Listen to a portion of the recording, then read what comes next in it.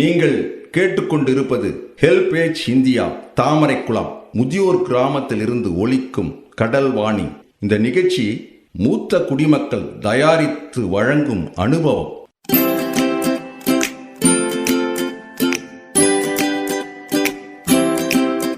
தந்தனத்தம் என்று சொல்லியே வெள்ளினில் பாட, ஆமா வெள்ளினில் பாட வந்துடுச்சு கடல்வாணியே, வந்துருச்சு கடல்வாணியே.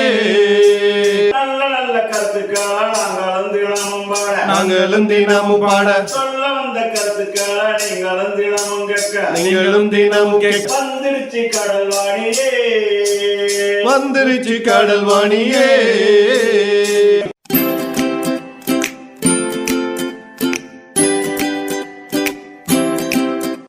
அம்மா வணக்கம். என் பேர் சின்ன பாப்பா. நான் பிறந்தது மயிலம். அப்புறம் என்னை கட்டி கொடுத்தாங்க. 2 பையன் 2 பொண்ணு பிறந்தது. பசங்களுக்கெல்லாம் 2 பசங்களுக்கும் கல்யாணம் பண்ணி பசங்கள்லாம் பிறந்தது. அவனுக்கு 2 பெரிய பையனுக்கு 2 பிள்ளை பிறந்தது. சின்னவனுக்கு 2 பொண்ணு பிறந்தது. 2 பேரும் மருந்து குடிச்சிட்டு செத்துட்டாங்க. 2 பொண்ணையும் பாண்டியில் ஒரு பொண்ணை கட்டி கொடுத்தேன். நான் என்னை கட்டி கொடுத்தாங்களே அங்கே எங்கள் அம்மா வீட்லேயே ஒரு பொண்ணை மயிலத்தில் ஒரு பொண்ணை கொடுத்துட்டேன் அண்ணன் பிள்ளைக்கு. அப்புறம் இப்படியே இருந்தேன். என்னை பார்க்குறதுக்கு யாரும் இல்லை. பெரிய பொண்ணுக்கிட்ட போனேன். அங்கே போய் ஒரு 6 மாதம் இருந்தேன். அது சரி வரல. உடனே சைதாப்பேட்டைக்கு ஆள் எடுக்கிறாங்கன்னு சொன்னாங்க. சைதாப்பேட்டைக்கு போயிட்டேன். அங்கே போய் 5 வருஷம் இருந்தேன். சைதாப்பேட்டை எந்தெந்த ஊரோ அந்தந்த ஊரில் என்னை இட்டுக்கின்னு போய் ஆஃபீஸில் விடுவாங்க. அந்த பேஷனை பார்த்துக்கின்னு இருப்பேன். 5000 கொடுத்தாங்க. சாப்பாடு கீப்பாடு எல்லாம் சகல சம்பத்தும் துணி மணி எல்லாம் அவங்களே கொடுப்பாங்க. சம்பளம் தனிப்பட்ட முறையில் கொடுத்துருவாங்க. அவங்களும் அந்த ஐயர் வீட்டுங்களில் தான் என்னை அந்த ஆஃபீஸில் அனுப்புவாங்க. மற்ற இடத்துல இந்த கவிச்செல்லாம் சாப்பிட்ற இடத்துல அந்த ஆஃபீஸில் அனுப்ப மாட்டாங்க. நிகழ்ச்சியை தொடர்ந்து கேட்பதற்கு முன் மூத்த குடிமக்கள் அதாவது சீனியர் சிட்டிசனின் உதவிக்கான டோல் ஃப்ரீ ஹெல்ப்லைன் எண்ணை நோட் பண்ணிக்கோங்க. 145667. இந்த டோல் ஃப்ரீ எண் காலை 8 மணியிலிருந்து இரவு 8 மணி வரை செயல்படும். மூத்த குடிமக்களின் உதவி மற்றும் ஆதரவிற்காக இப்போ அனுபவ நிகழ்ச்சி தொடர்ந்து கேட்கலாம். ஏன்னா அப்போ கொஞ்சம் நல்லா அழகாக நல்லா பாப்பா தேட்டர்னா அதெல்லாம் எனக்கு அவங்களுக்கு பிடிச்சி போச்சு. ஐயர் வீட்டுக்கு போனாலும் என்னை பேதகமாக நினைக்க மாட்டாங்க.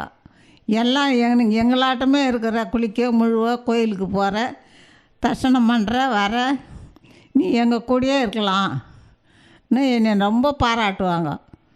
அங்கே அந்த ஊருக்கு போனாங்க. மெட்ராஸை சுற்றி இருந்தோம் 5 வருஷம்.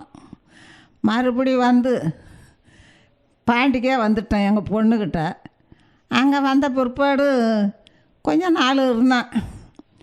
அவன் என்ன பண்ணா கொடுமை பண்ணுறதுக்கு ஆரம்பித்தா. வீராம்பட்டினம் போயிட்டான். பாண்டியிலேருந்து வீராம்பட்டினம் போயிட்டான்.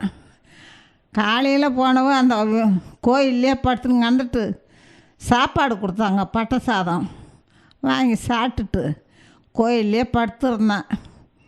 சாயந்தரம் 5 மணிக்காக போய் நம்ம கடலில் ஊந்துடலாம், ஏன் இவ்வளோ கஷ்டப்பட்டுன்னு கிடக்கணும் என்னட்டு காசெல்லாம் கொஞ்சம் வச்சுருந்தேன். அங்கே கோயிலுக்கு போகிறவங்க எல்லாம் குளித்தாங்க கடலில். அம்மா இந்த உண்டியில் இந்த காசை போட்டுடுங்க என்னட்டு 10 ரூபாயை மட்டும் ஒரு பையில் போட்டு இந்த மீன் பிடிக்கிறாங்களே அந்த இதில் வச்சுட்டேன். கடலில் போய் ஊந்துட்டேன். 6 மணிக்கெல்லாம் போய் ஊந்துட்டேன். அடிச்சுன்னு விடுத கோசம் நானும் தண்ணி குடிச்சியும் பார்த்தேன். எவ்வளோ கஷ்டப்பட்டு பார்த்தேன். ஒன்றும் முடியல. 2 பேர் அங்கே கக்குஸுக்கு போய் அந்த வழியாக வராங்க போல்றது கடல் ஓரமாக. அது யாரும் மிதங்குறாங்கப்பா ஓடியாப்பான்னாங்க. அவங்க 2 கையும் பிடிச்சி தூக்கின்னு போய் அவங்க வீட்டில் உட்கார வச்சு இந்த தென்னை ஓலை கடந்தது போட்டு கொளுத்தி எனக்கு வேறு ட்ரெஸ்ஸு கொடுத்து அந்த ஊர்லேருந்து பாண்டியிலேருந்து ஒரு பொண்ணு 2 பையன் இட்டுன்னு வந்ததுங்க வளர்த்து. இது என்ன அந்த பாட்டி என்னமோ கொளுத்துறாங்களேன்னுட்டு கிட்ட பார்த்ததும் இந்தமாரி நாங்கள் என்ன பாட்டி எங்கேருந்து வந்தேன் நாங்கள் இந்தமாரிம்மா அந்த ஊரில் இருந்து எங்கள் பொண்ணு அங்கே இருக்குது, அந்த அங்காளம்மா கோயில் இருக்குதே அது எதிர்க்குது பாரு 3 மாடி கட்டிக்கணும். அந்த வீட்டிலேருந்து தாம்மா வந்தேன். ஏன் பாட்டி உனக்கு இந்த வேலை என்னட்டு அந்த பொண்ணு என்னை இட்டுக்குன்னு வந்து பஸ் ஏற்றி கொண்டாந்து இவன் அம்மாவா அங்காளம்மா கோயிலுக்கு எதிராக நாற்காலியை போட்டுன்னு உக்காந்துக்கின்னு இருக்கிறா. இந்த பொண்ணு என்னை இட்டுக்குன்னு போகுது. அம்மா இந்த அம்மா கடலில் ஊந்துட்டாங்க, எல்லாத்தையும் சீர் பண்ணி இதை இட்டுன்னு வந்தேன், ஏம்மா இப்படி பண்ணிட்டீங்கன்னு அந்த பொண்ணு இட்டுன்னு போன பொண்ணு கேட்டுது. வாயை திறக்கலை, கையை திறக்கலை. உயரம் மாடியில் குடும்பம் இருந்தாங்களே அவங்க எல்லாம் ஓடியாந்து புடவை கிடவை எல்லாம் அவுத்து கடாச்சிட்டு பைப்பில் தண்ணியை பிடிச்சி தலையெல்லாம் ஊற்றி தொகுத்தி என்னை உள்ளே இட்டுன்னு போய் அவங்க யாரும் இவங்க செய்யலை, மவ செய்யலை, உக்காந்துருக்குறா. பாடி பேர் தேய்ச்சிட்டான். அப்புறம் தைலமெல்லாம் தடவி கடைக்கு ஓடி பாலை வாங்கின்னு வந்து காய்ச்சி குடிமான்னு கொடுப்பாட்டினாங்க. அப்புறம் கொஞ்ச நாள் இருந்துட்டு திருப்பி என்ன பண்ணேன், கிளம்பி வந்துட்டேன். வெளியே வந்ததும் என்ன பண்ணேன், கடலூரை வந்தேன். கடலூரில் இருந்து இதுக்கு இப்போ பண்ருட்டிக்கு போனேன். பண்ருட்டில் போனால் தெரு போனால் பச்சை தண்ணி கூட கிடைக்கல. உடனே நான் என்ன பண்ணேன், இதுக்கு இந்த ஊர் சரி வராது, நம்ம கடலூருக்கே போயிடலாம் இன்னிட்டு திருப்பிங்கன்னு பஸ் ஏறி கடலூருக்கே வந்துட்டேன். வந்த உடனே மணி 6 ஆகி போச்சு. அப்புறம் என்னடா பண்ணுறது, எந்த இடத்துல நம்ம படுக்கிறது ராய்க்கு, எல்லாம் கடைங்கடத்தருமா இருக்குது என்னிட்டு நடந்துக்கினே வந்தேன். இந்த முறை விற்றுக்கிறவங்க ஒரு பாட்டி உக்காந்துருந்தாங்க. அம்மா ராய் பொழுது எனக்கு இங்கே படுக்க கொஞ்சம் இடம் கொடுக்குறீங்களாம்மாண்ணா. ஐயோ அம்மா இங்கே வாம்மா, கடை விற்கிறவங்கெல்லாம் இங்கே தாம்மா வந்து படுப்பாங்க, நீ வந்து படுமா, அதை பற்றி பயம் கிடையாதுன்னா அந்த பாட்டி சொல்லிச்சு. உடனே ராத்திரி அந்த பாட்டிக்கிட்ட தான் படுத்துருந்தேன். உடனே வெடிஞ்சதும் ஒரு கட்டை பையில் துணி வச்சுருந்தேன், எடுத்துக்கின்னு இப்படி வந்தேன். அங்கே ஒரு சோரங்க பாதை இருந்தது. அந்த சோரங்க பாதையில் போய் இறங்கி அண்ணாண்ட போயிட்டேன். அண்ணாண்ட போயிட்டேன். அங்கே போனதும் பெரிய கோயில் என்ன பண்ணிச்சு, எனக்கு இந்த கோபுரம் தெரிஞ்சுது. அடாடா என்னமோ கோபுரம் தெரியுது, அங்கே போனால் ஒரு அண்ணனாலும் கிடைக்குமே இன்னிட்டு அங்கே தான் போனேன். அங்கே போனால் திருவிழா நடக்குது, நல்லா மீட்டிங் வச்சு அந்த ஆட்டம் பாட்டம் எல்லாம் ஆனந்தமாக நடக்குது.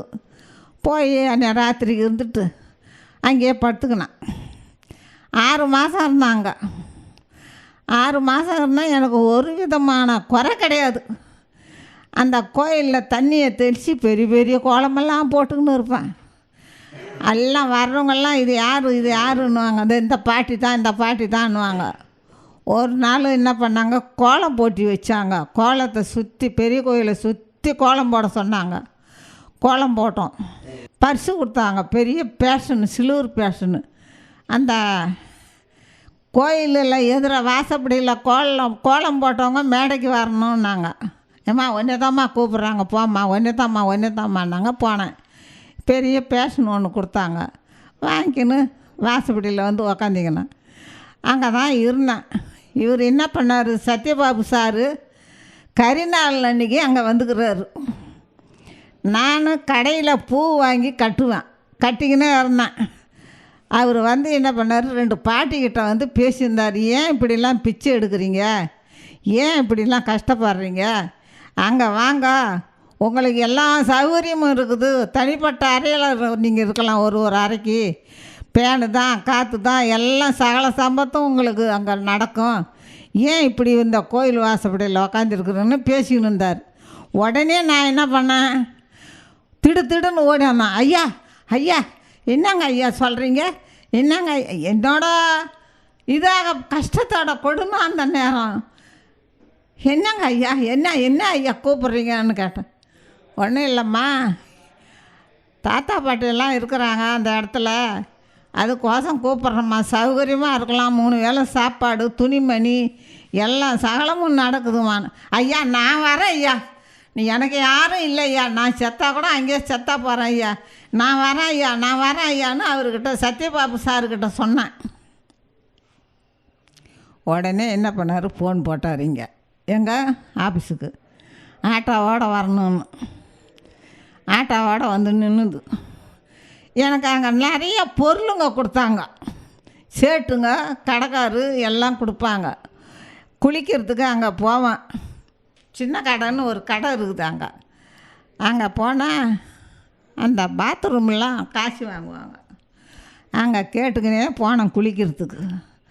போய் குளிச்சுட்டு துணிமணிலாம் துவைச்சி அங்கேயே காய வச்சுட்டு பழக்கமாகி போச்சு. வருவேன் கோயிலுக்கு. 10 ரூபா கொடுத்தோம்னா கோயில் வாசலில் கொண்டாந்து கொடுப்பாங்க மார்க்கெட்டில் இருந்து. அப்புறம் அந்த பார் போனாங்க, குளித்தாங்க, புடையெல்லாம் கட்டிக்கினாங்க, வந்துட்டாங்க. நாம் தான் கிடக்குறோம் இங்கேன்னு சொல்லுவாங்க. அம்மா காசை பார்த்தா முடியாதும்மா, நாம் சுத்தபத்தமாக இருந்தால் தானே கோயிலாண்டா இருக்கிறோம் நாம் அன்னு சொல்லிக்கின்னு அங்கேயே இருந்தேன். உடனே ஒரு சேட்டு என்ன பண்ணார், ஏம்மா உன் தலையெழுத்து நல்லா பார்த்தா நாகரிகமாக இருக்கிற, இந்த கோயில் வாசப்படியில் இருக்கணும்னு என்னம்மா தலையெழுத்து, நான் ஒரு ஆஸ்பத்திரியில் இந்த இங்கே இந்த சொல்கிறாங்களே இங்கே சேர்ந்துருக்குறோமே, அங்கே வந்து நான் சேர்த்துட்றேம்மா, எங்கள் அண்ணன் இருக்கிறாரு சொல்லி சேர்த்துட்றேம்மான்னார். அப்படி தான் செய்யுங்க ஐயா, எனக்கும் அந்தமாரி தான்யா போகணும், எந்த வேலை வேணாலும் நான் செய்வேன், நீங்கள் எந்த வேலையும் செய்ய வேணாம்மா, சாப்பிட்டுக்குன்னு 3 வேலையும் இருக்க வேண்டியது தான்மான்னார். இன்னும் ஒருத்தங்க அந்த கோயிலுக்கு தர்மகார்த்தா, அவங்க பொண்டாட்டி என்ன செத்து போயிட்டாங்க போல. அவர் வந்து புடவை கொடுத்துப்பார் எல்லாருக்கும். சாப்பாடு தினம் ஒருத்தங்களுக்கு மாற்றி மாற்றி கடையில் வாங்கியாந்து கொடுப்பாரு. டிஃபன் வேறு கொடுப்பாரு, சாதம் வேறு மதியம் 1 மணிக்கு. அங்கே கோயிலில் வேறு டோக்கனு கொடுத்து அது வேறு சாப்பாடு நிறையா போடுறாங்க. எனக்கு நல்லா சலுக்காகி போச்சு கோயிலில். ஏன்னா இந்த கோலம் 2 வேலையும் போடுறேனே நான் தண்ணி தெளித்து, அதில் எனக்கு ரொம்ப சலுக்காக தான் இருந்தது. அப்படியே இருந்துக்கின்னே இருந்தேன். கடைசியில் இவர் வந்தார், இவர் இட்டுக்குன்னு வந்தார். இங்கே தான் இருக்கிறேம்மா, நல்லா இருக்கிறேன், ஒன்றும் குறையில்லை. அவருக்கு தான் எடுப்பு தள்ளிக்கின்னு சாப்பாடு போட்டுக்கின்னு அவர் வீட்டில் தான் இருக்கிறேன். சார் வீட்டில் தான், சத்யபாபு சார் வீட்டில் தான் இருக்கிறேன். இப்போ தரு சமயம் அவருக்கு தான் சப்ளிக்கை பண்ணிக்கின்னு இருக்கிறேன்.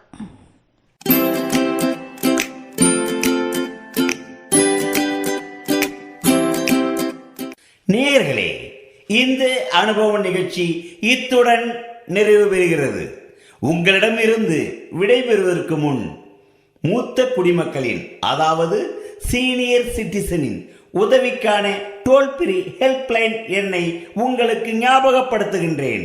145667. இந்த டோல் ஃப்ரீ எண் காலை 8 மணியிலிருந்து இரவு 8 மணி வரை செயல்படும். மீண்டும் அடுத்த அனுபவ நிகழ்ச்சியில் சந்திப்போம். நன்றி, வணக்கம்.